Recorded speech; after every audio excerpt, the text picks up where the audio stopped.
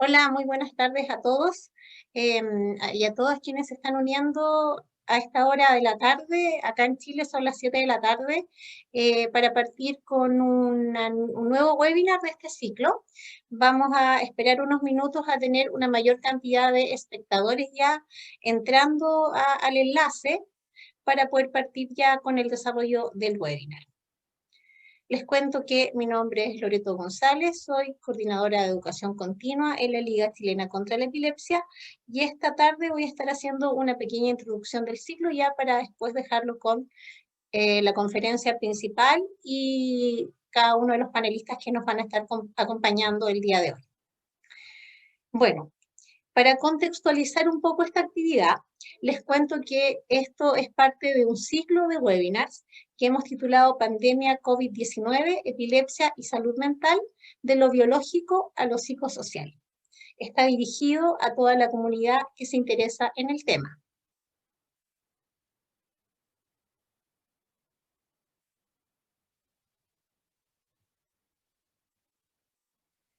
La Liga Chilena contra la Epilepsia y el posgrado de Neurología de la Facultad de Ciencias Médicas de la Universidad Nacional Autónoma de Honduras, en su calidad de centros colaboradores de la Organización Mundial de Salud, OMS, y Organización Panamericana de Salud, OPS, unen sus esfuerzos hoy con el desarrollo y transmisión de el primer ciclo de webinars, Pandemia COVID-19, Epilepsia y Salud Mental, de lo biológico a lo psicosocial. Les estoy mostrando un poco los distintos temas que se planificaron para este webinar. Partimos con estas actividades el 13 de noviembre y luego ya por efectos de la naturaleza tuvimos que volver a reorganizar las fechas, postergar algunas de las fechas y estamos retomando hoy día este ciclo, esperando que los huracanes se vayan ahí el Caribe, América Central, y que podamos seguir desarrollando cada uno de los temas. Y hoy día entonces nos corresponde el segundo tema que pueden mirar ustedes ahí en pantalla, que corresponde al tema de la infancia. Les cuento que la Liga Chilena contra la Epilepsia es una organización privada y sin fines de lucro, fundada el año 1953 en Santiago de Chile, que su misión es mejorar la calidad de vida de las personas con epilepsia, sus familias y cuidadores a través de tratamiento médico, psicosocial y también por medio de la educación, capacitación y rehabilitación. Desde el año 2014 se constituye como centro colaborador de epilepsia para la Organización Mundial de Salud y Panamericana de la Salud, OMS-OPS, específicamente en educación y desarrollo de servicios para personas con epilepsia. Dirige este centro el doctor Carlos Acevedo, destacado neurólogo infantil, y él nos cuenta que debido a este compromiso y a este rol, año a año implementamos un plan de trabajo que desarrolla esencialmente iniciativas de educación sobre epilepsia en diversos niveles, promoción de la investigación y desarrollo de conocimientos y esfuerzos permanentes para formar, actualizar y fortalecer las redes de atención en salud, especialmente el nivel primario. Sacar la epilepsia de las sombras. Es mucho más que un lema y una declaración. Es el motor que mueve a esta institución en una labor incansable por disminuir el estigma que acompaña esta enfermedad para mejorar la situación de las personas con epilepsia en Chile y el mundo. En 2016, por otra parte, la Facultad de Ciencias Médicas de la Universidad Nacional Autónoma de Honduras fue designada como centro colaborador de la Organización Panamericana de la Salud y de la Organización Mundial de la Salud, OPS-OMS, a través del programa de posgrado en neurología para la investigación e intervención comunitaria en epilepsia, convirtiéndose así en el primer centro colaborador de este país. Dirige este centro el exdecano de Ciencias Médicas, el doctor Marco Tulio Medina, destacando que para la Facultad de Ciencias Médicas esta designación y esta responsabilidad nos impulsa a desarrollar con fuerza la formación de investigadores e intercambiar información y conocimientos entre instituciones nacionales e internacionales, Nos permite además estrechar vínculos de cooperación y movilizar recursos económicos y técnicos, tan necesarios para el avance del conocimiento de la epilepsia. Por otro lado, el impacto de esto para la facultad, docentes y estudiantes es de incalculable valor en los diferentes campos del conocimiento científico. El compromiso de este centro es desarrollar conocimientos, trabajar en la recolección de la información, descripción, análisis y discusión de los avances de enfermedades específicas, en este caso la epilepsia, como problema de salud que requiere de prevención, intervención y control de la patología. Hoy, ambos centros colaboradores de la Organización Mundial de Salud y Organización Panamericana de Salud se unen en un trabajo conjunto en el primer ciclo de webinars Pandemia COVID-19, Epilepsia y Salud Mental, de lo biológico a lo psicosocial. Hoy nos es muy grato realizar este webinar hoy día jueves 3 de diciembre, luego de distintas postergaciones, y vamos a tener nuestro segundo webinar sobre epilepsia infantil, aspectos conductuales y emocionales durante la pandemia. Les presento ahí a nuestros panelistas, a nuestros expositores. Va a estar con nosotros Loreto Campuzano, psicóloga clínica, la doctora Patricia Urrutia, psiquiatra infantil, Alba Carolina Savillón, que es psicóloga infanto-juvenil y además especialista en neurodesarrollo, y va a estar moderando el espacio de las preguntas y la mesa redonda el doctor Tomás Mesa, neuropediatra. Le damos las gracias entonces a cada uno de los expositores, a los panelistas, también a los pacientes y familiares que nos van a brindar sus testimonios hoy día en estos tiempos de pandemia. Así que les damos la bienvenida a todos y a todas.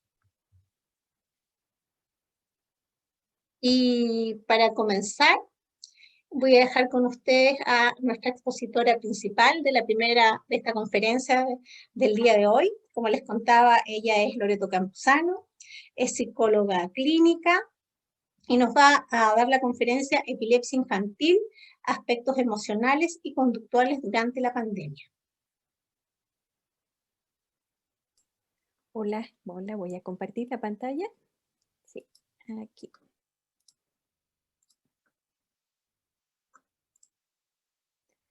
Hola a todos, a todas. Bueno, vamos a empezar, ¿cierto? Más bien con una conversación acompañada con imágenes, ¿cierto? Aquí yo voy a poner aquí está. Entonces, es mirar, claro, los aspectos emocionales y conductuales durante la pandemia, en particular a quienes, ¿cierto?, portan o son portadores de epilepsia, ¿m? Y en particular en los niños, niñas y adolescentes, ¿ya? Entonces, ¿en qué están las familias en este tiempo, ¿cierto? Las familias en general están navegando en la tormenta, ¿sí? Y en todo ese movimiento, los niños, niñas y adolescentes que están con epilepsia, además, ¿cierto? Y sus familias, que ya suficiente tienen con ese movimiento que dan las crisis, que sí, además se suma esta navegación de incertidumbre que nos trae la pandemia.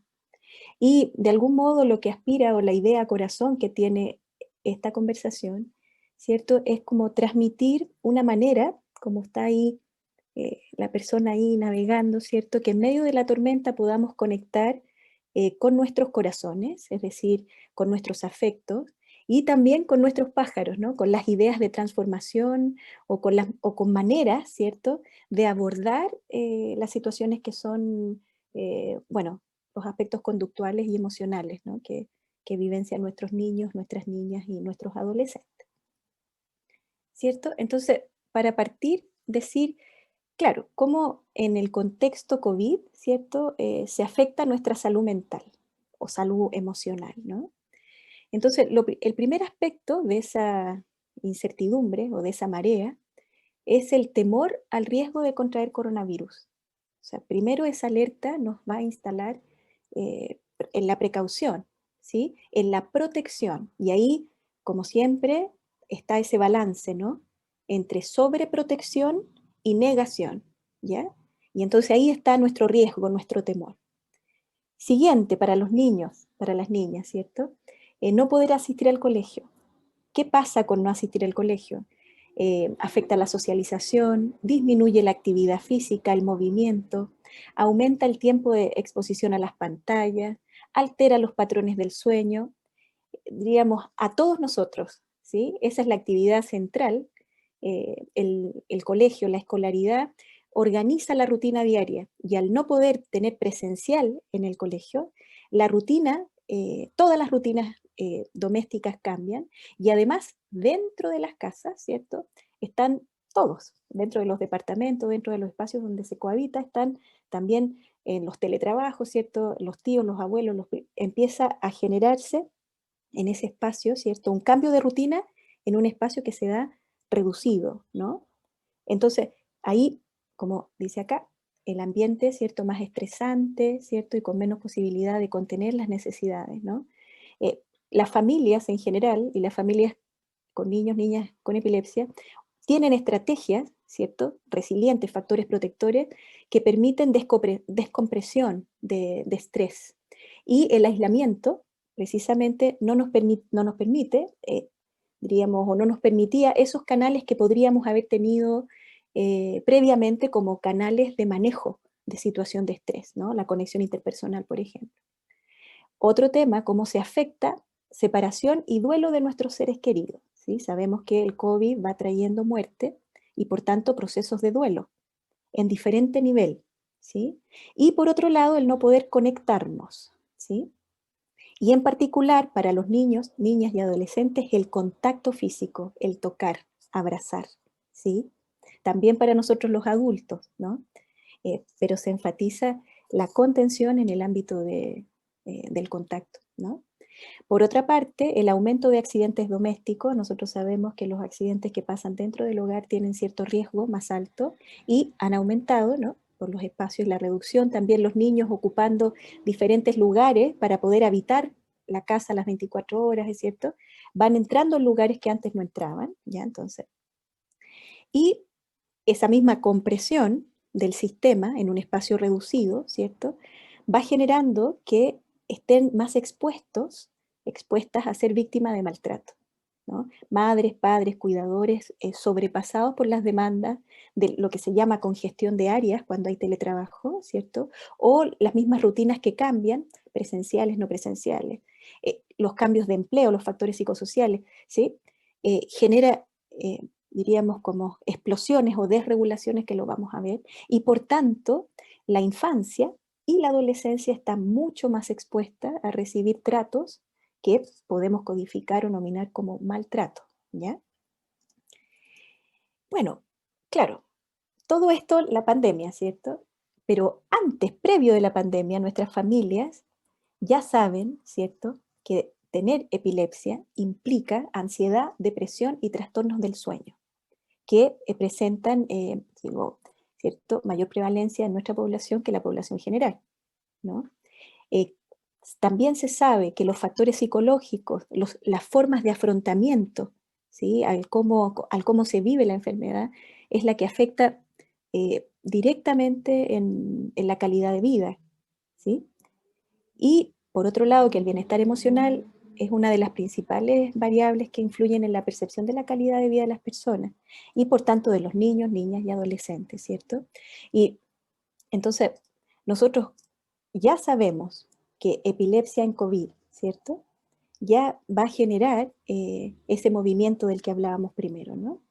Entonces, en particular, la epilepsia como una enfermedad crónica, ¿sí? O si cuando o sea, se comprende desde ese lugar, eh, tiene algo distinto, y es que es la aparición de la crisis. Como la crisis es un elemento de incertidumbre, ¿cierto? Va a generar más estrés o distrés, ¿sí? Porque nuestras alertas, en particular de los cuidadores, de las cuidadoras, padres, madres, ¿cierto? A la crisis es esa como hipervigilancia, que es la que actualmente vive toda la población respecto del coronavirus. Entonces, en ese sentido, nuestras familias y nuestras familias que están de algún modo entrenadas en este afrontamiento, que navegan constantemente, tienen en ese sentido desarrollados factores protectores, ¿no? Que que les ha dado, diríamos, anteriormente el manejo de crisis, ¿sí? Y entonces, esto es bien interesante y me parece importante a mí transmitirlo, ¿no? Porque en la experiencia en la liga, una va viendo ahí la familia y va viendo cómo esos aprendizajes que, digo, cuando se vive la enfermedad como una oportunidad de cambio, ¿cierto? De transformación, o sea, se aborda desde la resiliencia, ¿sí?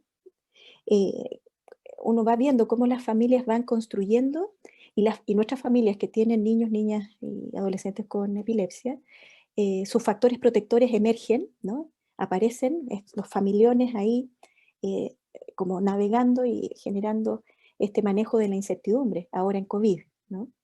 Entonces, eso también es muy, muy hermoso de testificarlo en nuestras familias y en las personas que generan el constante manejo digo, de la epilepsia, ¿no?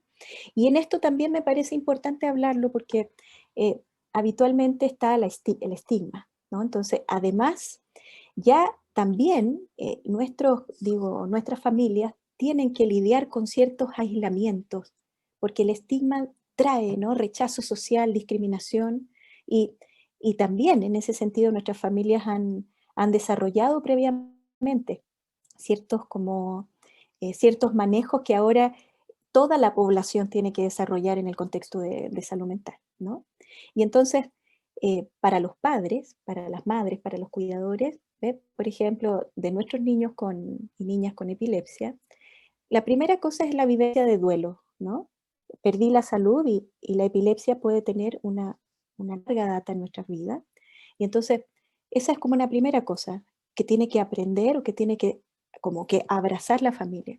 La segunda es la gestión emocional, y que la vamos a profundizar un poquito más, en la regulación emocional.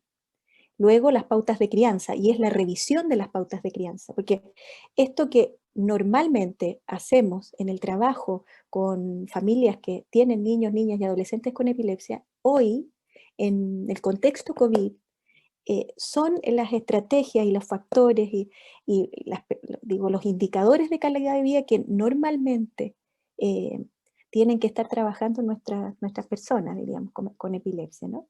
Y el miedo social, ¿no? Eh, la discriminación, ¿me fijan? Y, y aquí tenemos lo siguiente, que es como en esto del aislamiento y en el momento del COVID, ¿cierto? En ese balance que tenemos que hacer entre aquí en el centro la protección, pero balancear de no ponernos polares, como en el aislamiento total, ¿cierto? Como cápsulas protectoras, o por otro lado en la sobreprotección, porque en particular en la sobreprotección no podemos, o sea, no posibilitamos cierto desarrollo de habilidades y gestión de autonomía, por ejemplo, en los niños, aumenta la inseguridad, promueve, claro, construcciones de personalidad que son dependientes o menos autónomas, ¿cierto? Por otro lado, no nos permite mirar cuando nos equivocamos y buscar nuevas salidas, ¿cierto? Y se genera de algún modo en la base experiencial de los niños, cuando hay en particular sobreprotección, una insatisfacción, ¿ya? Entonces, ahora en COVID, si en el contexto COVID, la sobreprotección opera también dentro de la casa, y entonces manejos que podemos tener mucho más saludables claro, de la protección al COVID empiezan a generar, cuando están en este lado, ¿no? En el lado de la sobreprotección, cierta insatisfacción dentro de ese medio que también está ahí reducido, ¿no? Entonces, sí, importante clarificar, ¿no? Que la epilepsia por sí misma no aumenta el riesgo de padecer COVID-19, tampoco aumenta la gravedad de enfermedad si ésta se contrae, porque estas clarificaciones son importantes, en particular por el estigma. ¿M? Por supuesto que sí se perciben mayores dificultades en el comportamiento como consecuencia del confinamiento, ¿ya? Pero esto está más asociado a lo que es previo al COVID, ¿no? Digo, en la epidemiología de la salud mental, que en ansiedad y en depresión, precisamente por la característica de la enfermedad, hace que estemos más expuestos, ¿no? A desarrollar ciertos problemas emocionales. ¿Sí? Bueno, aquí un poquito ven como los factores económicos, todas estas cosas que estamos conversando, en- que afectan, que son el contexto, los factores, ¿cierto? Que afectan la salud y por tanto la salud mental. ¿M? confinamiento, por ejemplo, ven, hay un dato de que el 62% de las personas o sea, han vivenciado las familias y los niños sin patio, ¿no? Todo este tiempo, por ejemplo, sin lugar para mover la biología, digo yo, ¿no? El tema del acceso, ¿no? Del acceso el acceso a la salud, y en eso, por ejemplo, la Liga ha hecho un tremendo trabajo y un aporte de conexión tremendo para los pacientes en general que tienen epilepsia, ¿no? Factores psicosociales, factores económicos. Entonces, ven, aquí tenemos, ¿sí? En estos afrontamientos, ¿sí? Ven que en el balance, si estamos en la salud, vamos a estar en la aceptación y en factores de resiliencia, de transformación. Pero si estamos en la dinámica de enfermedad, vamos a negar la enfermedad, que es el otro polo a propósito del COVID y de los contagios de personas que niegan la enfermedad, ¿cierto? El aislamiento y el miedo. Y aquí, esto es lo que trastoca, ¿sí? Lo que me parece importante comentar, porque hoy el aislamiento, ¿cierto?, es protector. Pero del punto de vista de cómo nos aborda, ¿cierto? El aislamiento, para poder tener como, bueno, afrontamientos saludables al estrés, ¿cierto? Los pilares de mente sana, etcétera. Precisamente es la conexión interpersonal un factor tremendamente importante para el drenaje. Y entonces, el aislamiento, vamos a saber entonces que en COVID, ¿cierto? Y nuestros pacientes, ¿cierto? Nuestras personas, eh, el aislamiento va a ser como esa compresión, ¿no? Que va a ser protectora en este momento, pero nosotros ya sabemos que el aislamiento va a generar desregulaciones emocionales o va a generar problemas de salud emocional, ¿ya? Y el miedo, en particular el miedo, ¿no? Porque la epilepsia tiene a la incertidumbre de la crisis, el COVID ahora, por supuesto, la incertidumbre, entonces el miedo, la ansiedad, ¿cierto? Como respuesta emocional válida, ¿cierto? Porque nos permite estar alertas, ¿sí? O vigilantes, ¿cierto? Al riesgo, va a estar también como algo que nos proteja, ¿sí? Entonces eso, de algún modo, gira, ¿no? Hace este giro. Y aquí tenemos, ¿cierto? Entonces, la pregunta para las familias, ¿cierto? Es decirnos así, ¿qué vamos a hacer? ¿No? Respecto de las cosas que nos desregulan, ¿no? Lo que nos hace sentir mal, ¿no? ¿Vamos a reír o rugir? ¿Qué vamos a hacer? ¿Sí? Porque esas son las preguntas que tenemos que hacernos. O vamos a llorar o temer, ¿no? O vamos a hacer todo, ¿sí? Al mismo tiempo, vamos a reír y llorar, ¿no? Porque las emociones y la respuesta emocional, ¿sí? Ven, por ejemplo, ahí, no sé si lo ven, pero está rabia, ¿cierto? Y le están poniendo ahí como unos marshmallows, ¿cierto? Aquí en la rabia, en el dibujo, porque ve que ahí la rabia se transforma, está en una transformación ahí, ¿ve? Porque las emociones y los mundos emocionales son adaptativos, ¿no? Su exceso, ¿sí? O su constricción es lo que genera una respuesta tóxica. No hay emociones tóxicas, no, sino que la constricción, ¿cierto? O la explosión es lo que genera daño, no el balance y menos la regulación. ¿Ya? Entonces, ¿qué vamos a hacer nosotros? ¿Vamos a rugir o reír? ¿No? Porque en este momento, todas las personas vamos a estar como el primer monito que ven aquí a la izquierda arriba, vamos a estar enredados emocionalmente. Entonces vamos a tener nuestros colores emocionales como en muchas vueltas, nuestros niños y niñas también, ¿sí? Vamos a estar así, enredados. Y entonces cuando el balance de lo justo, vamos a tener rabia, ¿sí? Entonces cuando se le explica a un niño que no puede salir al parque, por ejemplo, va a tener rabia. Y al mismo tiempo le va a hacer falta, entonces se va a poner triste. Y entonces se le van a mezclar las emociones, pero al mismo tiempo sabe que está el COVID, ¿sí? Y que además puede tener una crisis, entonces va a tener miedo, ¿se fijan? Y va a tener la respuesta emocional probablemente mezclada, ¿sí? Y entonces, ¿cómo nosotros podemos ayudar precisamente a liberar ese enredo? Pero además sumemos que los cuidadores, las cuidadoras, estamos enredados también, porque estamos viviendo el cambio que implica la pandemia. ¿Ven? Entonces, ¿cómo nosotros podríamos reconectar, como está aquí el monito aquí abajo, la ternura, el afecto? ¿No? O cómo vamos a poder generarnos espacios de calma, dentro de nuestras casas, ¿ven? ¿Sí? O transformar la rabia en la posibilidad de cocinar, como está en la fotografía, ¿sí? Porque en esto lo primero que les quiero transmitir es que la constricción emocional o la explosión emocional son miradas de desregulación y que nosotros tenemos que poder aprender a gestionar aquello, ¿sí? Y entonces, y esto que es el otro punto, que es la ansiedad, ¿no? La ansiedad frente a los temas como, o sea, lo que está pasando hoy, ¿no? Y ven, fíjense que entonces ahí llegan a la consulta, ¿cierto? Llegan a la liga eh, personas que no pueden dormir, trastornos del sueño, ¿no? Miedo, ¿no? Sensación de irrealidad, estoy aquí, no estoy aquí. Eh, no se pueden concentrar en las actividades escolares, por supuesto, ¿sí? La adaptación al tipo escolar online, los niños de 5 o 6 años, por ejemplo, 7 años, ¿no? Llegan porque vomitan y nosotros ahí también decimos, bueno, será, veamos qué pasa con su epilepsia, ¿no? Porque en general pudieron haber presentado síntomas ansiosos y depresivos, ¿cierto? En este tiempo. ¿Eh? Y entonces, esto es para los padres, ¿no? ¿Qué podemos hacer nosotros? Entonces, esta es una primera fuerza en psicoeducación, decimos, ¿no? Fíjense que cuando viene una crisis, la familia, si no tiene la información, el manejo, la posibilidad de, como de decirnos, bueno, de esta manera, ¿sí? Emocionalmente hablando, porque a veces tenemos la estrategia en el paso a paso, ¿cierto? Tenemos, poner la cabecita de tal manera, pero emocionalmente no tenemos estrategia, ¿ya? Y esto es importante comprenderlo.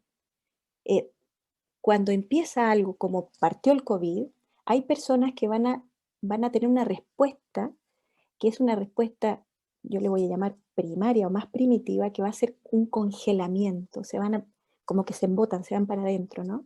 Y uno lo puede vivir como una vergüenza, por ejemplo, como se desconectan socialmente. Posteriormente, porque es una respuesta, ¿sí? Digo, un afrontamiento, siempre termina siendo un factor que puede ser protector, ¿no? ¿Ve? Huida o lucha. Y entonces, ¿qué nos pasó en la casa? Empezamos a ver a niños explotando, pegándose cabezazos, niñas, ¿cierto? Adolescentes hacia adentro que no hablan, ¿no? Em, Llorando, ¿sí? Asustados, niños que se lavaron más las manos 10 veces, 15 veces, ¿se fijan? Como a propósito de este punto. Y huida o lucha, ¿ven? Nos vamos lejos o vamos a atacar. Y entonces llegan a la consulta y nos dicen, es que está muy rebelde, ¿cierto? O no quiere hacer las tareas, o le pegó al computador, ¿cierto? Y en el fondo son estas respuestas. Y nosotros, los padres, las madres, eh, respondemos de la misma manera, respondemos en lucha, por ejemplo, en vez de responder en conexión social, como sería aquí en la parte basal, ¿no? Que nos ayuda a la regulación, ¿sí?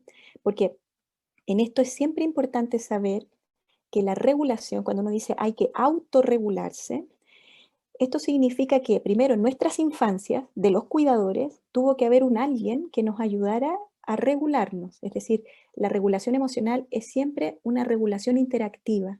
Hay un otro que nos ayuda, ¿sí? En cambio, si ese otro lucha como yo en el sentido de que activo el territorio y pego, voy a tener un adulto pegándole a un niño que está pegando, versus un adulto que está ayudando a gestionar esa crisis emocional, ¿no? Bueno, yo creo que ya estoy casi en el tiempo, pero voy un poquito más rápido. Entonces, esto me parece importante. ¿Qué vamos a hacer, no? Entonces aquí yo pongo, usted trate de tocar su corazón, así. Y cuando digo eso, ve que aparece ahí la mano en el dibujo, trate de tocarlo porque cuando usted se contacta con la palma de la mano, sus hombros, por ejemplo, o ¿cierto? La palma de la mano tiene una sabiduría muy grande. Aquí, si usted se toca acá, o lo hace interhemisférico, aquí, acá, va a venir un patrón respiratorio. Y ese patrón respiratorio lo va a conectar con la calma. ¿Sí? Entonces, por eso es que me gustó poner esta imagen de tocar el corazón, porque usted cuando esté desregulada, desregulado, ¿cierto? Toque su corazón, ¿ya? ¿Ve? Solo existen 2 días en el año, en los que no se puede hacer nada. Uno se llama ayer y otro mañana. Entonces hoy día, en este momento, ¿sí? Cuando tenga que hacer manejo de las situaciones con nuestros niños. A nuestros niños, informe claramente sobre la pandemia. Hágalo pensar en el futuro, hágala pensar en el futuro, proyecte, dígale muy claramente que los científicos, las científicas de una forma muy concreta, ¿cierto? Están trabajando mucho para descubrir, cómo vamos a mejorar esto, ¿no? Y entonces también, cómo usted se regula, maneja, va a ser una mirada importante de futuro para sus niños. Escucharlos. Si usted percibe, ¿cierto?, que están para adentro, trate de motivar el diálogo, ¿sí? Como, ¿qué es lo peor o lo mejor para ti que está en la cuarentena? ¿O cuál es tu principal rabia? Ve que a veces uno dice, ya está pesado, en vez de decirle, ¿qué te pasa? Yo me sentiría igualmente enrabiada si esto estuviera pasando, ¿no? Entonces, en los niños, ¿cierto? Y tratar de posibilitar expresión, ¿no? Validar las necesidades emocionales, como decíamos, ¿no? Intentar rutina, los horarios ayudan mucho, por ejemplo, tener una pizarra y organizar, ¿ve? Porque también la mamá o el papá, el cuidador principal, le están preguntando, ¿y qué vamos a hacer ahora? ¿Y qué vamos a hacer ahora? Entonces el papá tiene que estar ahí trabajando, ¿no? Y no pueden ir a comprar, te fijas, tiene que pedir permiso. ¿Qué vamos a hacer ahora? Un calendario, una organización, dependiendo de la edad de los niños, ayuda mucho. Y juego, tener horas de juego. En esto, por ejemplo, eh, recomiendo tener frasquitos donde los papás y mamás y cuidadoras y hermanos y tíos pongan ideas de juego o de algo que a usted lo relaje. Y entonces en momentos de crisis, los niños dicen, uy, hay alguien muy enojado, vamos a buscar ahí. Es como nuestro frasquito de juego, ábrelo, ¡pum! Y ahí dice, no sé, saltamos a la cuerda, entonces saltamos a la cuerda todos. Nos da una salida, nos hace reír en vez de rugir, ¿sí? Porque esa microconducta, ese momento cotidiano va a sumar en las semanas, ¿sí? En particular en contexto de aislamiento. ¿Sí? ¿Ve? Aquí hable sobre los temores, ¿cierto? Responda a las preguntas, aquí ya estoy casi en la hora, valide los sentimientos, manténgase en contacto. Aquí dé el ejemplo de cómo manejar sus sentimientos. Puede usted decirle cómo se siente, no profundizar, pero sí decirle, me siento muy cansado en este momento, me siento muy cansada, ¿sí? Y echo de menos también a la abuelita. Voy a tratar de organizar una llamada para que nos veamos. ¿Me das un abrazo? Por ejemplo. Eso le va a tomar, mire, 12 segundos, ¿ya?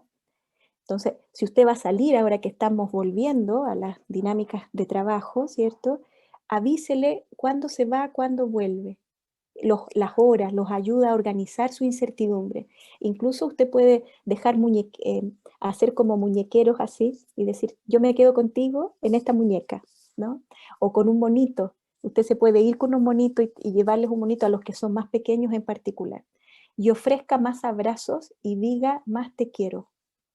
Lo que pasa es que nosotros no tenemos educación emocional en ese sentido. En general, es así como una práctica de validación y de existencia en relación a la ternura y al amor, ¿ve? Como aquí Charlie Brown. Y eso regula nuestras emociones, ¿ve? Que no sean menos de 6 segundos los abrazos. Los adultos también los necesitamos, ¿sí? Nos hace drenar, ¿sí? La respuesta emocional que está en tensión, ¿ve? Aquí dice, entonces, como les decía, ¿no? Rutinas saludables, redirigir la conducta, juego creativo, atención a una mirada apreciativa. Cuando hay situaciones que están muy disruptivas, uno empieza a hablar y a mirar solo eso. Hay que tratar de mirar cuando el niño o la niña logra lo que usted desea. Y a eso darle más mirada, más atención en el fondo, ¿no? Uso de la pausa regulada, ¿cierto? Eh, Intente usted el silencio a veces, diga, no, este no es el mejor momento. Acá eh, aunque usted tenga 5 minutos y tiene 3 hijos, por ejemplo, trate 5 minutos, 7 minutos de forma directa. Usted se sienta al lado 5 minutos, aunque tenga, dese ese tiempo, porque eso va a sumar y ayudar y a prevenir explosiones emocionales, ¿no? Castigo físico es un maltrato, ¿ya? Y en particular porque a veces se piensa que no es un maltrato y sí lo es, pero en particular no es formativo. El castigo corporal le puede quitar al niño la habilidad de sentirse seguro y protegido en casa, entonces ahora además no puede salir de su casa. ¿Se fija? Entonces, si usted tiene esa práctica, que tiene un objetivo formativo, primero, esa práctica no logra formación, y segundo, ¿cierto? Eh, rompe la seguridad de la placenta social donde está el niño seguro. Y entonces aumenta la vigilancia y por tanto la desregulación en muchos aspectos. ¿Sí? Entonces le juega en contra. Además, usted, cuidador, cuidadora, papá, mamá, respire profundo. Cuando está frente a una situación, diga, el problema presenta un peligro inmediato, ¿cierto? Mañana, ¿cómo me voy a sentir con este problema? ¿Esta situación es permanente, es importante? Hágase esas preguntas porque le permite la pausa antes de contribuir, ¿cierto?, a los climas de desregulación emocional que generan trastornos del sueño, dificultad para el cumplimiento de rutina, ¿cierto? Imposibilidad de que entren a clase los niños. ¿Me fija? Eso está todo dado en su ambiente. ¿Mm? Y bueno, ¿cuándo consultar? Si hay cambios importantes en la forma de ser del niño o el adolescente, de la niña, que se mantienen en el tiempo, consulte. Si hay síntomas depresivos que se han mantenido, bajo ánimo, tristeza, energía, consulte, no lo dude. Síntomas ansiosos, síntomas conductuales o empeoramiento, ¿cierto?, de trastornos psiquiátricos previos, no dude en consultar. Fíjese en particular la salud mental si su salud mental como cuidador está en riesgo, consulte, porque ahí cuando usted está así puede no estar ocupando sus mejores fortalezas o estrategias de afrontamiento para situaciones como esta. Entonces esto les dejo para terminar. Todos estamos rotos, pero hasta la parte más rota de una crayola, ¿cierto?, sigue pintando. Acuérdese de eso. Y las tormentas hacen que los árboles tengan raíces más profundas. Así que recuerde que ahí lo que está usted jugando en su familia, ahí están las raíces más profundas para todas las tormentas que pueden venir, porque estamos en esta y ya podría venir otra. Así que eso, por ahí. Muchas gracias. Muchas gracias, Loreto. Muchas gracias por tu conferencia, muy interesante.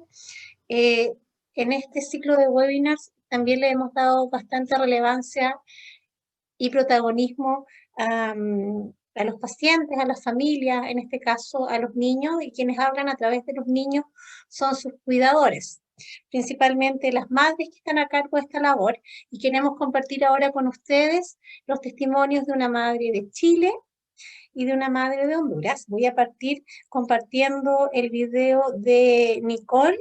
Ella es mamá de Isaías, un niño con epilepsia acá de Chile. Hola, soy Nicole, mamá de Isaías. Él tiene 6 añitos y es paciente del CDI. Él tiene una epilepsia secundaria debido a una microcefalia y a calcificaciones cerebrales múltiples.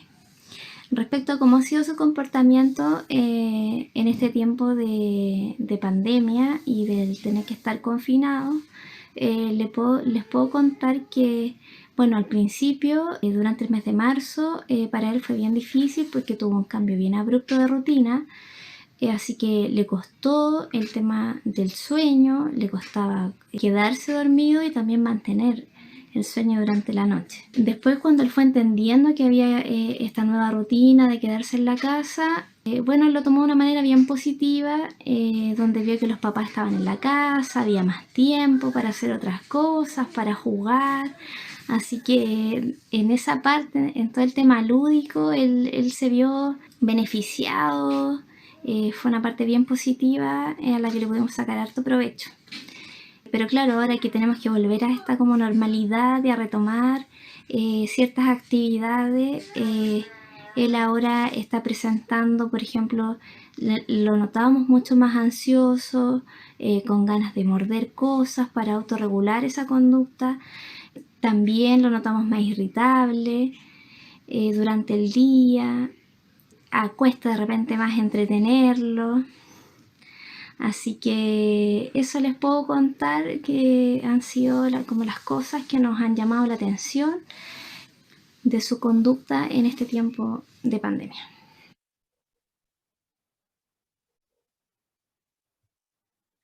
Bueno, esa era entonces la mamá de Isaías, Nicole, y ahora les vamos a mostrar otro video sobre una cuidadora de Honduras, la señora Sandra, mamá de David.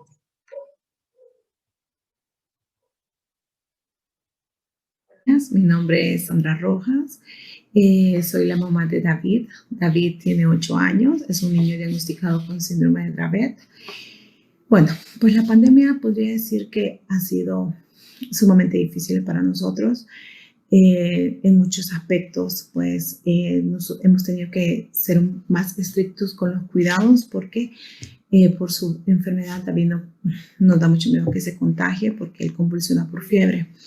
Sumado a esto, pues David es un niño con trastorno del lenguaje, trastorno del comportamiento, trastorno cognitivo y con muy poca socialización. Antes de la pandemia, David recibía sus terapias de lenguaje, sus terapias para mejorar. Tenía también lo que son clases de natación, clases de pintura. Él hacía escuela en casa, pero llegaba su maestra a la casa. Pues por la pandemia tuvimos que aplazar todo eso. Sentimos de que David pues se ha detenido o retrocedido en cosas que nosotros antes habíamos, o sea, que habíamos avanzado con él. Sentimos que la socialización pues ha sido uno de los más afectados, aparte que ha tenido muchas conductas que David no tenía, como o son inusuales, eran inusuales en él, como hablar mucho solo, está haciendo mucha rutina, solo viendo televisión, está muy sedentario, no quiere hacer ejercicio, pues por ende ha aumentado de peso. Hemos tratado de que cuando viene un familiar, que venga algún amigo, pues hemos notado de que él socializa menos, pues básicamente ni siquiera entabla una conversación, sentimos que no quiere hacerlo. A pesar de que muchas veces han cambiado su estado de ánimo y se ha sentido triste y nos ha dicho de que él quiere tener amigos, pero cuando ya están las personas, pues no lo logra. Entonces creemos que sí ha sido un año muy difícil. Gracias.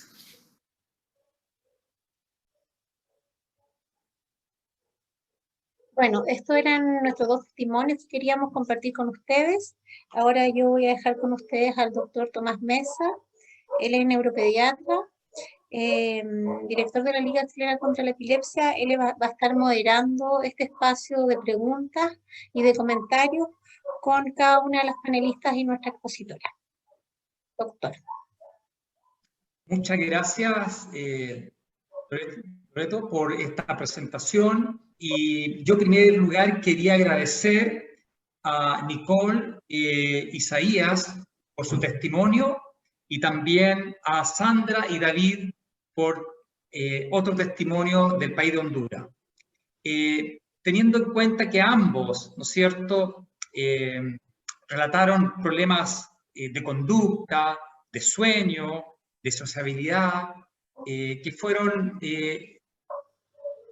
señalados por Loreto, vamos a presentar a los panelistas y vamos a referirnos en primer lugar a estos testimonios. En primer lugar, quiero presentar a, bueno, nuestra charlista, ¿no es cierto?, la psicóloga Loreto Campuzano. Ella es psicóloga de la Liga Chilena contra la Epilepsia y también trabaja en una institución de maltrato infantil. Así que tiene vasta experiencia en lo que ella ha hablado y nos ha presentado. Por otro lado, quisiera presentar a Alba Carolina de Honduras. Ella es de apellido Savillón, es psicóloga clínica y trabaja en la Universidad Nacional Autónoma de Honduras. Y ha tenido vasta experiencia también porque es psicóloga del neurodesarrollo. Y por último, quiero presentar a una colega que es psiquiatra infantil, la doctora Patricia Urrutia. Ella trabaja en la Liga Chilena contra la Epilepsia y además es jefa de la unidad de psiquiatría infanto-juvenil del Hospital San Borja Redondo. Así que le damos la bienvenida a cada una de ellas y quisiera darle la palabra en relación a los testimonios que nos han dado dos familias, una de Honduras y otra de Chile. Así que quisiera dejar en primer lugar, darle la palabra a Patricia, y luego a Carolina, y luego a Loreto. Bueno, no sé si me escuchan bien, ¿sí? En general, en relación a los pacientes, bueno, referirse solo a un testimonio es un poquito difícil, pero en general, ¿qué hemos visto en los psiquiatras infantiles, tanto en la Liga Chilena contra la Epilepsia como en el hospital donde vemos patología psiquiátrica general? Hemos visto 4 situaciones. Una, que son las descompensaciones de cuadros psiquiátricos que ya existían, ¿no es cierto? La aparición de automedicación, porque muchas veces los pacientes pierden la posibilidad de ir donde su médico o perdieron la capacidad de seguir, ¿no es cierto?, el tratamiento que ya tenían puesto. De alguna manera muchos empezaron a automedicar, otros al revés, suspendieron tratamiento porque no se atrevieron a salir por el COVID, no pidieron ayuda, y también, ¿no es cierto?, todas las situaciones desde el punto de vista psicológico que les expuso Loreto, ¿ya? En el caso de nuestros dos pacientes, se cumplían calcaditas, ¿no es cierto?, los trastornos de conducta, los trastornos del sueño, la dificultad de los padres de volver o de mantener rutina, porque el niño pierde sus referente, pierde la posibilidad de contactarse con otros niños, con la familia y en general los niños epilépticos, especialmente, ¿no es cierto?, los niños que ya tenían problemas previos desde el punto de vista psiquiátrico y psicológico, tienen afectación. Ahora, pero yo tengo que confesar que yo soy de las que ve generalmente el vaso más bien medio lleno, más que medio vacío. Y también he descubierto y hemos visto que la epidemia de COVID también ha tenido hartos aspectos positivos, aunque suene bien loco. Primero, la posibilidad de que a veces ambos padres están en la casa y los niños están acostumbrados a que ambos padres trabajen y ahora los tienen cerquita a los hermanos y han tenido de repente un confinamiento que puede ser duro, pero también puede ser muy positivo, ¿ya? También en el caso, por ejemplo, de los niños epilépticos con autismo, hay muchos de los autistas que están felices porque nadie los presiona para que se hagan amigos, nadie los empuja a socializar, están felices con su juego en la casa y cero problemas conductuales. Y lo otro, que hay mamás. Yo tengo el caso de una mamá con un niño de la liga, un lolo grande, con un autismo marcadísimo, ni siquiera tiene lenguaje, que además tiene otro hermano también autista. Bueno, la mamá se enfermó de COVID, no se atrevió a ir al hospital hasta que se sintió pésimo, tan mal que la dejaron hospitalizada y pasó directo a la UCI. La señora estuvo desconectada porque estuvo con ventilación mecánica y en la casa estaba el otro hermano autista, el papá y una abuela de 89. Y descubrieron que eran perfectamente capaces de cuidar a los dos autistas y se les portaron bien. Entonces esta familia descubrió, y la madre descubrió, porque una de sus angustias era, cuando yo falte, ¿quién se va a hacer cargo de mis niños? Que en realidad son 2 adultos a esta altura. Pero también descubren resiliencias que no pensaban que tenían. Entonces, yo siempre a todos estos casos les trato de ver el lado positivo. Y creo que si bien estamos en un problema muy grande, también tenemos cosas positivas para luchar. Así que disculpen por ver el vaso medio lleno, pero soy así. Gracias. Muchas gracias, Patricia. Una de las preguntas que había llegado era justamente lo que tú nombrabas. ¿Qué aspecto positivo en relación a la conducta y a las emociones durante la cuarentena podríamos obtener?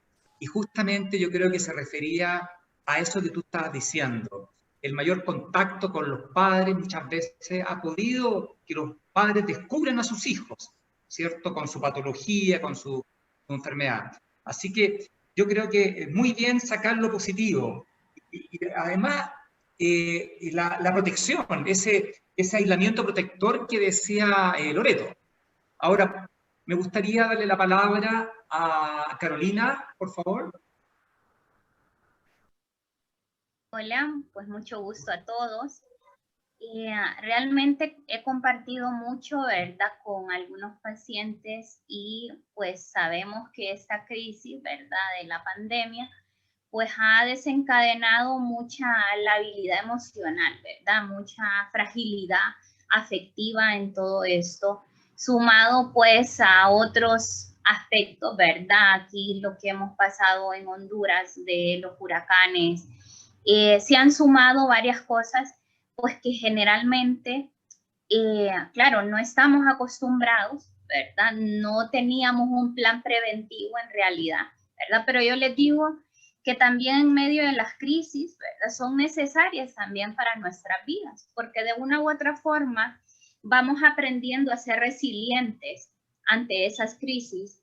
Y lo correcto es que aprendemos también a desarrollar conductas preventivas para prevenir futuras crisis, ¿verdad? Entonces, esto ha generado en el área familiar, ¿verdad?, componentes de estrés y muchas veces me alegro de pronto y concuerdo con la doctora Patricia porque sí nosotros como padres nos hemos acercado y conocemos aún más la realidad de nuestros hijos, ¿sí? Sin embargo, pues a veces no se canta la misma canción en otras familias, ¿verdad? Todo esto también ha venido de estrés familiar y que han ocurrido separaciones también, producto del mismo estrés que puede generar, que ya no se aguantan en la misma familia, ¿verdad? Entonces, hemos tenido como todos esos componentes en un periodo de 6 meses, ¿verdad? Entonces, tenemos que ir alivianando la carga, como decimos, y generalmente, pues, dar estrategias específicamente para ayudar. Primero, yo les digo a los papás, y me alegro que también Loreto haya puesto dentro de esa presentación como cuándo es que necesitas pedir ayuda, porque muchas veces esperan, ¿verdad?, hasta el borde de la crisis, cuando ya los papás, ¿verdad?, están en esa situación de agonía continua para decir, ok, necesito ayuda. Y muchas veces vienen ayuda a nivel psicológico por el hijo, no por sí mismos, ¿verdad? Porque siempre muchas veces anteponemos también esto, que es algo pues completamente natural. Pero el principal motivador a veces es por los mismos hijos. Es que se me está portando mal, es que mire que desencadenó crisis, que no sé qué. Pero miramos a un papá y a una mamá muy angustiados, muy tensos, ¿verdad? Los factores económicos lamentablemente también han contribuido mucho, ¿verdad? Ese estrés, creo yo, a nivel de familia, porque el impacto que esto ha generado, ¿verdad?, a nivel, al menos en Honduras, pues ha sido bastante fuerte en ese sentido. Yo les digo a los papás en cuanto a ciertas estrategias, aunque usted no pueda salir con su hijo, pero hay factores que pueden contribuir a la actividad física, a implementar una nueva actividad física, porque es cierto, no vamos a tener a un niño que pasa 6 horas en la escuela y que de pronto pasa jugando 1 hora y media en la escuela, sino que en casa, ¿verdad? Y pasa apoyando y preguntando a papá y a mamá y a los papás a veces se desbordan, ¿verdad?, de esa actividad. Hay que asignar un aspecto novedoso también dentro del día a día, ¿verdad? O por lo menos una vez a la semana, les digo yo, para que el niño sienta una motivación también, que hay algo nuevo que va a suceder, sin necesidad de buscar tanto, ¿verdad? O rebuscarse tanto. Yo les digo, con mis hijos tengo 3 niñitos en la casa, ¿y qué pasa? Que un día me tengo que inventar, ok, vamos a hacer una búsqueda del tesoro, ¿verdad? Para buscar en qué entretenerlo. Vamos a empezar desde hacer el mapa, les digo. ¿Verdad? Entonces voy a ir buscando según las habilidades y las edades de nuestros hijos para ir buscando ese aspecto innovador que puede una vez a la semana o 2 veces a la semana. Una noche de karaoke, yo les digo, una noche también que de pronto no tengan escuela el siguiente día, que se pueden levantar un poquito tarde. Bueno, vamos a hacer una noche sin reglas, que generalmente podemos romper la regla de comer en el comedor o en la mesa del comedor, sino que podemos ver televisión y comer, ¿verdad? Al mismo tiempo. Entonces, a desestresar. Podemos hacer una noche de baile, les digo yo, y ahí nos ponemos, ¿verdad? Y entre eso también he visto pues que los padres han tratado de implementar ciertas técnicas a nivel de actividad física dentro de casa. Claro, tenemos muchas regresiones a nivel social, ¿verdad? Yo tengo una alta población de niños dentro del espectro autista y pues sabemos que hay vulnerabilidades como ser también padecimientos epilépticos. Entonces, ¿qué pasa? Pues que aquí los papás generan esa sobreprotección. A veces se me angustian porque les digo, ok, voy a pasar al niño primero porque necesito hacer un componente lúdico, jugar, y después paso a mamá y a papá, y que se quedan, pero el niño va a entrar solito. Sí, de su independencia, es parte, ahorita yo soy el único ente de referencia social que tienen los chicos, hay que dejarlo soltar un poquito, ¿verdad? Para ir como añadiendo esos componentes a nivel social. Pues realmente buscar cierta burbuja, hacer una burbuja social, si tienen algún primo, algún vecino, siempre y cuando se sigan las normas de bioseguridad y haya ese contacto de comunicación, ¿verdad? De que no hay alguien que está contagiado o algo. Es bueno tener esa burbuja social también en los niños, porque los niños necesitan ese contacto de otros niños, ¿verdad? Entonces suelen ser algunas estrategias que yo suelo expresarle a los papás realmente para ir sobrellevando la situación, ¿no? De todo esto. Muchas gracias, Carolina, por tus consejos prácticos, situaciones muy similares a lo que pasa en nuestro país y tener en cuenta, como tú decías, esta burbuja social. Yo quisiera ahora agradecer a Loreto Campuzano por su excelente charla, pero los aspectos emocionales y conductuales de los pacientes con epilepsia en la pandemia y en general, sobre todo el rugir y reír, el temor y llorar, con cosas bastante concretas. Y me gustaría su opinión sobre esto práctico que tanto Nicole como Sandra dieron su testimonio a los hijos. Me gustaría escucharte tu opinión. Sí. Hay uno de los testimonios que decía que había la parte del juego, ¿ven? Que había dicho, eso del juego a mí me encantó, dijo ella, eso nos gustó mucho. Porque yo les digo así a los papás, todos para ser adultos, primero fuimos un niño o una niña. Y entonces todos, todas, podemos rescatar ese estado de juego. El estado de juego es donde nosotros creamos nuevos mundos, donde nosotros imaginamos futuros. Y entonces, por ejemplo, me encantaba ahí escuchar a Carolina, ¿cierto? Porque sobre actividad social, ¿cierto? Porque hay cosas que puede hacer con la mesa se llama mesa de diario, o con la mesa más pequeña que usted tiene en la casa, le puede poner una sábana. Y ahí adentro va a haber un mundo. Si usted tiene 3 niños, o 4, 6, ¿no? Y de diferente edad, a los que son de 5 para abajo, usted le puede construir mundos así con una sábana en una silla, en una mesa. Y entonces ellos se meten ahí. Y ahí lo que están armando, ¿sí? lo que arman es ese espacio donde no hay ni el hermano que no veía, ¿sí? Pero también pueden entrar al juego, ¿no? Y entonces usted baja y se mete a la mesa y le dice, le trae una tacita y le dice, ¿quieres un vasito de agua? Digo, ese tipo de encuentros que son muy sencillos y muy simples, como son son tremendamente saludables. O sea, es como un golpe, ¿sí?, a nuestro sistema inmunológico. Así, la ternura nos enseña de que a los lactantes, a las mamás, a los cuidadores les enseñan a hacer los masajes, porque los contactos, por eso lo que nos deja como gran aprendizaje, pienso, y ahí me gusta mucho, Patri, porque siempre mira ahí el factor protector, lo que nos hace crecer, ¿cierto?, en la crisis, nos mostró que el contacto físico es muy importante. Y entonces hay familias que han descubierto que además de no verse, ¿cierto?, por trabajo, etcétera, tampoco se abrazan, ni se tocan, ni se hacían así, porque iban rápido.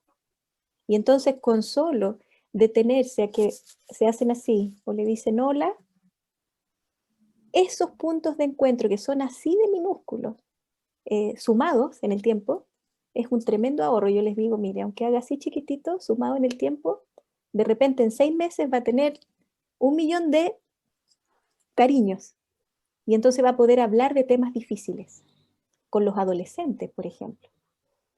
Buscar la música que escuchan y escucharla un ratito, moverse, ¿no? Entonces, en particular, bueno, los dos testimonios, las madres, las personas que son tremendamente resilientes, curso de pintura, inserción social, natación, se fija como vamos a que puede vivir la vida en lo que nosotros tenemos, vamos a vivir lo más posible la vida. Y entonces son ejemplos, o sea, con solo escucharla aprendemos, ¿no? De levantarnos cada día, diría yo. Entonces, no sé si ese es mi comentario sobre ellas, porque maravillosas, es de un aprendizaje impresionante, ¿no? Eso. Muchas gracias, Loreto, por tu excelente respuesta. Nos han llegado algunas preguntas y quisiera hacer la primera pregunta para que cada uno de los panelistas dé su parecer. Yo creo que algo se ha ido contestando, pero quizás concretarlo un poco más. Dice, la pandemia ha modificado rutinas familiares y los niños tienen menos espacios de juego por aislamiento y porque muchos padres tienen que además trabajar. ¿Cómo lo podemos hacer sentir niños y le podemos dar este espacio? Quisiera quizás la misma secuencia, Patricia, por favor. Yo creo que a pesar de que perdieron espacios de juego, Loreto les acaba de plantear alternativas. Yo creo que los papás se han visto obligados a ponerse creativos, ¿no es cierto?, en cómo jugar de nuevo con los niños, en que no es solamente, bueno, también existe el grupo que solamente lo sienta frente al computador y que se entretenga, y de hecho el niño se entretiene, y después cuesta mucho sacarlo de las pantallas. Pero otros papás sí han aprendido a jugar de nuevo con los hijos, a compartir actividad física, a compartir yoga, a compartir una alfombra donde todos se relajan o hacen angelitos con los brazos, ¿no es cierto? Muchos también volvieron a juegos antiguos que ya estaban medio abandonados, como por ejemplo saltar a la cuerda. No sé si lo hacían en Honduras, saltar al elástico que hacíamos las niñitas chilenas, ¿no es cierto?, cuando chica, el trompo, las bolitas, etcétera, que son juegos antiguos que no necesitan tanto espacio y que como se habían abandonado, para los niños es un descubrimiento nuevo, o sea, cómo ponerte este trompo en la mano que da vuelta y que el papá más encima le enseña a hacerlo. Entonces, yo creo que sí, el espacio es una limitante, pero la creatividad nos permite hacer un montón de cosas. Por ejemplo, pintar. No necesitamos tanto espacio, no necesitamos tanto material. Ya a veces se puede pintar arriba o hacer collage incluso con los papeles de diario. ¿Ya?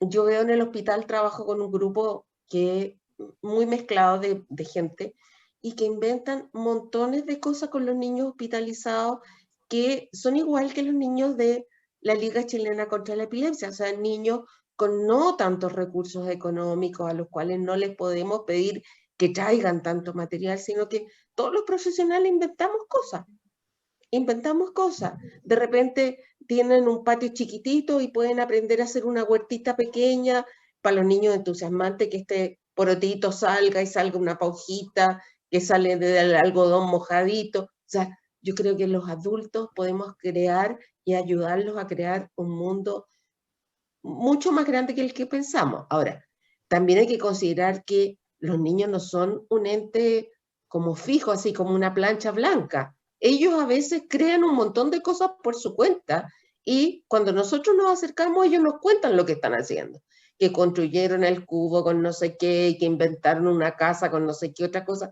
O sea, no solamente nosotros les tenemos que inventar un mundo de juego, un mundo de creatividad, sino que ellos también nos enseñan a nosotros. Con todas las limitaciones que tengan, los niños tienden al juego y tienden más a la alegría que a la pena. Así que yo creo que sigo viendo mi vaso medio lleno y creo que se pueden hacer cosas a pesar de estas limitaciones. Gracias, Patricia, por tus consejos, por este optimismo. Me parece muy, muy importante y sobre todo porque a través de las palabras que tú decías, uno sabe que la emocionalidad, el cuidado, el estímulo positivo influye en áreas cerebrales en pleno desarrollo, como son los niños, como son, ¿no es cierto?, los lóbulos frontal, como va a mejorar la función ejecutiva y vamos a conservar el capital humano de nuestros niños.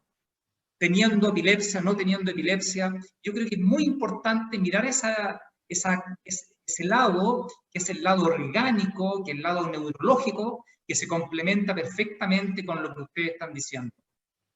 Me gustaría entonces darle la palabra a Carolina en relación a la pregunta que habíamos hablado sobre cómo crear esto, sentir niños y poder dar este espacio que preguntaba. Y fíjense que una de las cosas que nosotros tenemos que sacarnos ciertos paradigmas, ¿verdad? O ciertos esquemas que nosotros mismos como adultos nos ponemos. A veces podemos ser rígidos, bueno, queremos tener las cosas todo en orden, ¿verdad? O de cierta forma. Yo les digo a los papás, miren, no pasa nada si un día ponen los dos sofás juntos y hacen como que si fuera un barco pirata, ¿verdad? Si desordenamos algo, si de pronto el espacio del cuarto se vuelve el espacio de juego, saltando sobre la cama, o sea, no necesitamos precisamente tener también lo más sofisticado para poder tener un espacio lúdico para nuestros niños. Entonces, elaborar nosotros ciertas cosas sin demasiado esfuerzo también y que no nos genere tanto estrés. Yo en algún momento, les digo porque también por experiencia, ¿verdad? Cuando pasó lo del huracán, que se fue la luz 3 días, una semana, ¿verdad? En diferentes momentos. Entonces, ¿qué pasa? Que muchas veces estamos tratando de exponer a los niños meramente a estímulos electrónicos también. Necesitamos sacar realmente a los niños solo de ese tipo de estímulos. Entonces, en la noche, ¿qué es lo que nos poníamos a luz? ¿Qué pasa? Teníamos que, vamos a hacer figuras, ¿verdad? En la oscuridad, con la luz de la lámpara o de la candela. Cosas que no requieren tanto y que de pronto para ellos son novedosas porque nosotros lo vivimos en nuestros tiempos, ¿verdad? Y eso que no soy tan de allá, como dice. Pero realmente disfrutan los niños. Para lo que a nosotros era tan usual y común, para ellos realmente viene a ser algo innovador, ¿verdad? El hecho de que yo empezara a contarles cuentos, ¿verdad? dentro y a inventarme cuentos y que el otro siguiera el otro cuento, ¿verdad? O la dinámica del cuento. Entonces, son cosas que nos permiten dentro de un mismo espacio hacer una diversidad, ¿verdad? De actividades. Las rutinas son buenas, pero a veces tenemos como, y yo hago siempre hincapié en esto, mostrar ese componente sorpresa, porque eso es lo que les entusiasma y derrama oxitocina también para los niños. Entonces los niños tienen un esquema de lo que van a hacer en la escuela o lo que hacían en un año. Y en la casa de pronto a veces eran como más desconocidos. ¿Y qué hacemos? A veces llegábamos solo a descansar, a dormir, ¿verdad? Convivir un poquito y pues nos íbamos de casa. No, ahora tenemos que ser más creativos también como papás. Entonces, en eso, ¿verdad? Sí es importante la gestión de las emociones que mencionaba Loreto. Me parece también que es de ir enseñando desde la base esas emociones a los hijos para prever también o ayudar a la manifestación verbal de esas emociones. Me siento angustiado, me siento, ¿verdad? Porque hay una combinación muchas veces de emociones que los niños no tienen a veces la madurez de poder expresarlas. Si se las enseñamos mediante emojis, ¿verdad? Que ya están,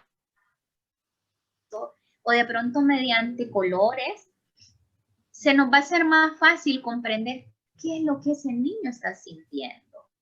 Contarles a ellos, ¿cómo te sientes después de que hicimos tal actividad?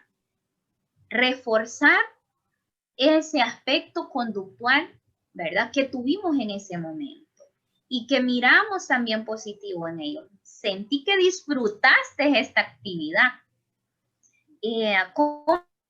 Entonces el niño va experimentando y va poniéndose más en contacto, ¿verdad? Con esa inteligencia emocional que queremos ir desarrollando. Gracias, Carolina, por dar estos consejos tan prácticos de hacer sentirse niños, jóvenes, y también crear espacios. Y me gustaría dar la palabra en relación a lo mismo a Loreto. Sí.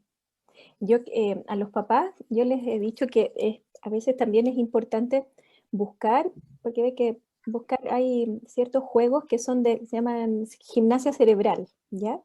Que ayudan al balance, yo digo balance interhemisférico, ¿no? Porque a veces uno está en la comunicación, está más, como más, porque también nos han enseñado más en las habilidades que son de estructura. ¿Cómo estás? Bien.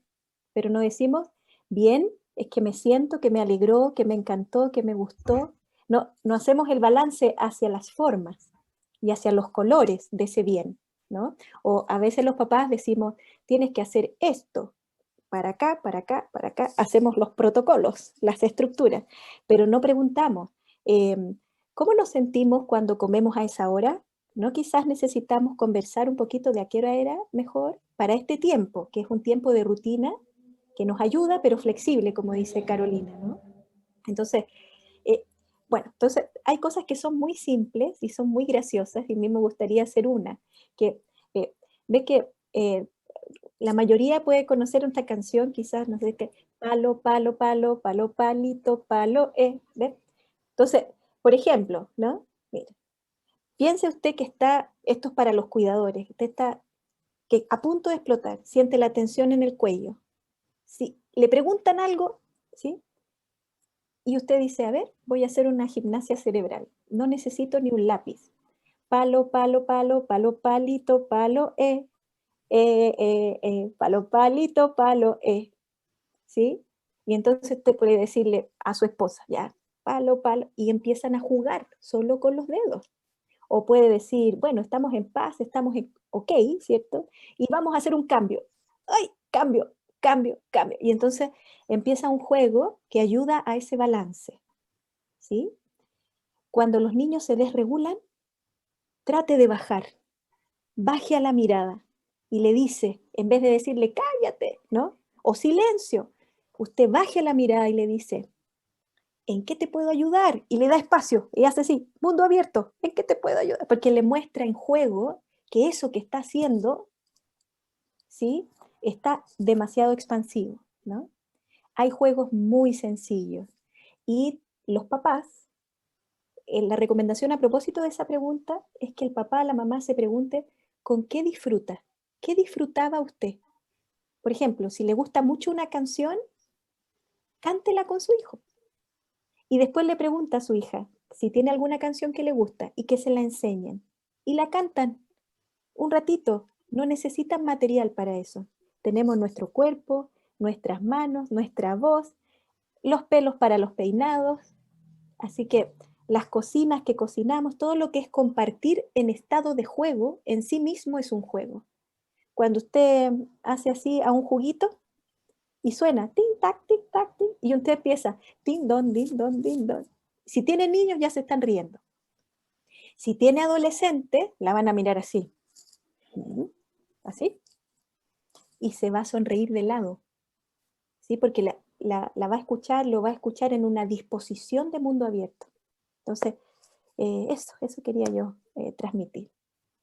Muchas gracias, Loreto. Yo creo que vamos a terminar cantando aquí, no, pero me parece muy interesante todo este baúl de posibilidades que podemos rescatar en esta situación. Así que agradecemos. Ahora, hay otra pregunta que, en relación a lo siguiente. Sabemos que los trastornos de conducta de aprendizaje son mucho más frecuentes y emocionales en los pacientes con epilepsia, van de la cuarta parte a la mitad, desde el punto de vista de conducta, y también emocionales, ¿no es cierto? La depresión, que es una patología que casi la cuarta parte, estamos hablando de la parte infantil. Entonces la pregunta es, ¿qué rol tienen aquí los medicamentos? ¿Qué opinan ustedes frente a la situación de los medicamentos? Porque hemos hablado de muchas cosas, de muchas situaciones que podemos mejorar, con juegos, con espacios, con psicología, y los medicamentos. Me gustaría entonces dar la palabra a Patricia, luego a Carolina y a Loreto.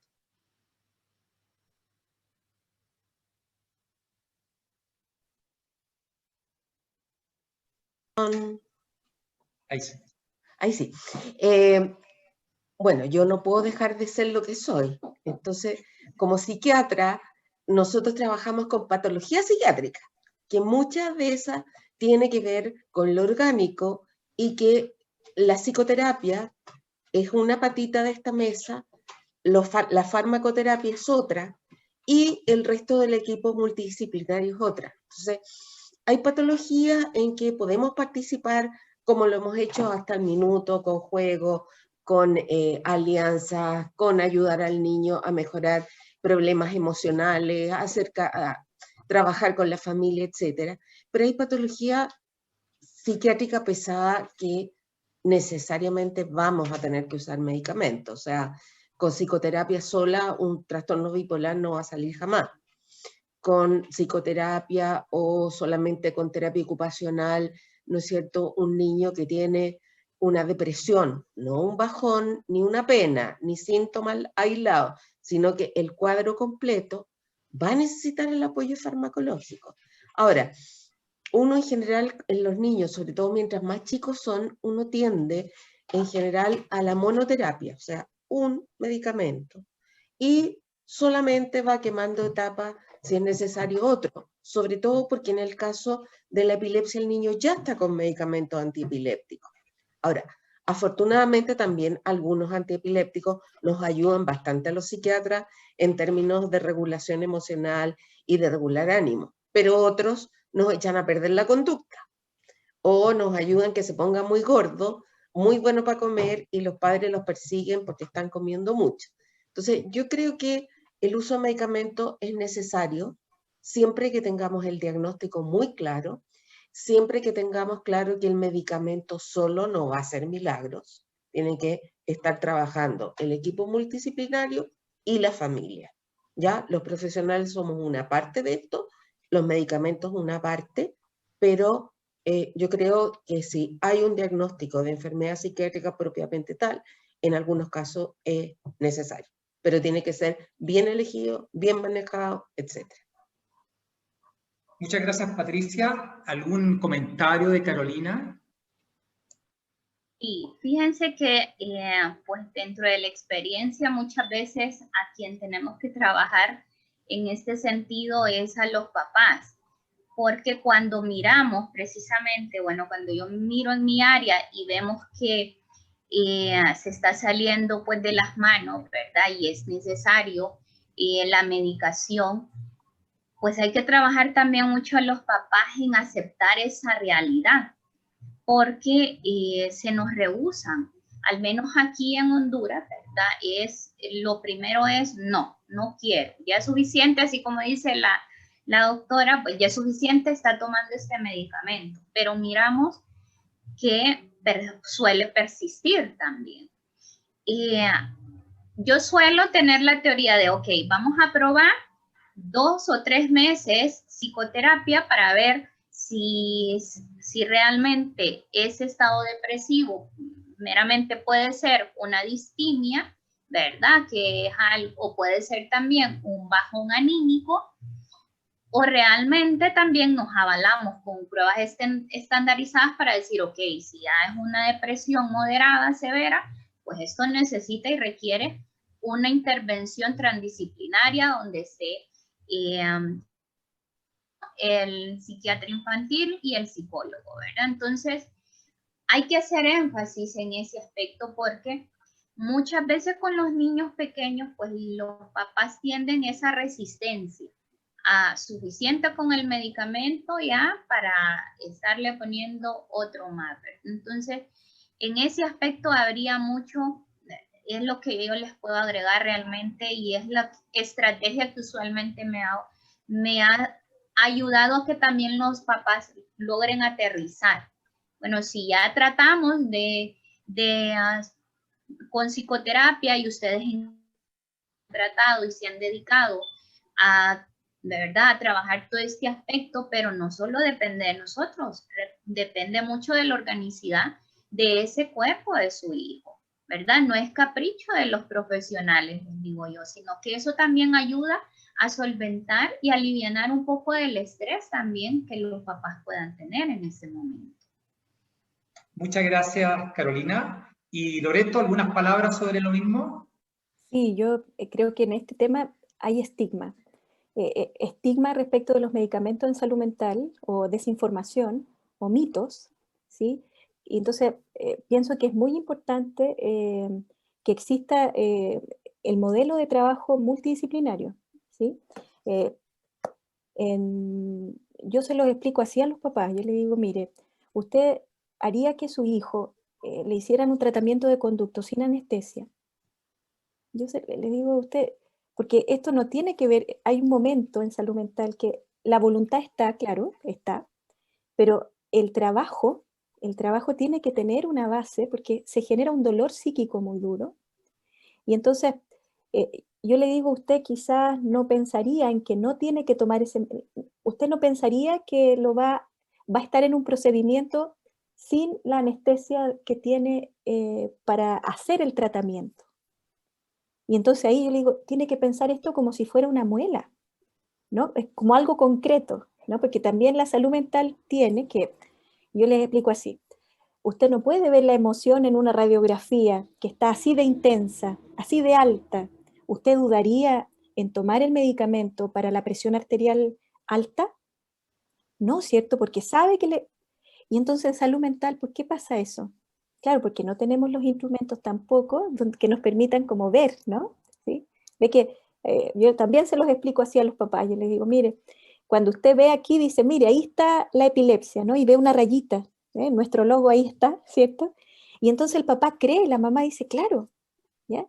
Pero en la salud mental, emocional, esos instrumentos no están y entonces empiezan y aparecen los estigmas. A mí me aparece, digo, la desinformación y se genera mucho sufrimiento en los niños, en las niñas, en adolescentes, y por otro lado no permiten que la psicoterapia entre en el trabajo.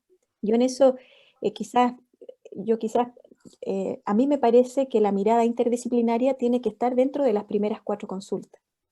O sea, no podría estar, un niño que entra tiene que ver a su neurólogo, a su psicólogo y a su psiquiatra, digo, porque sabemos que está ahí una comorbilidad o sea, y por supuesto, si tenemos posibilidad de terapeuta ocupacional, etcétera, por supuesto que sí, pero, y por tanto los tratamientos y las herramientas de tratamiento que cada especialidad tiene el balance del trabajo en equipo, en el fondo. Entonces, por eso yo le digo a los papás, a las mamás, recuérdese cuando usted está pensando en que no se tome ese medicamento, que lo eligieron, que hubo una evaluación, ¿cierto? Piense eso como si fuera que usted está negando la anestesia del tratamiento de conducto del diente. Piense en eso, porque ahí, digo, se va a dar cuenta que está operando desde un temor y no desde una confianza. Eso. Muchas gracias, Loreto, por esta opinión integradora. Y bueno, estamos ya en la hora. Quisiera agradecer a cada uno de los panelistas, a la doctora Patricia Urrutia, ¿no es cierto?, psiquiatra infanto-juvenil, a Loreto Campuzano, psicóloga clínica de la Liga Chilena contra la Epilepsia, igual que Patricia, y a Carolina Savillón, psicóloga clínica de la Universidad de Honduras, por haber participado en este completo webinar, seminario, y agradecer a todas las participantes y gente que hizo preguntas y que estuvieron escuchándonos. Quisiéramos despedirnos de todo y nos vemos el próximo jueves, ¿no es cierto?, para el próximo seminario. Muchas gracias.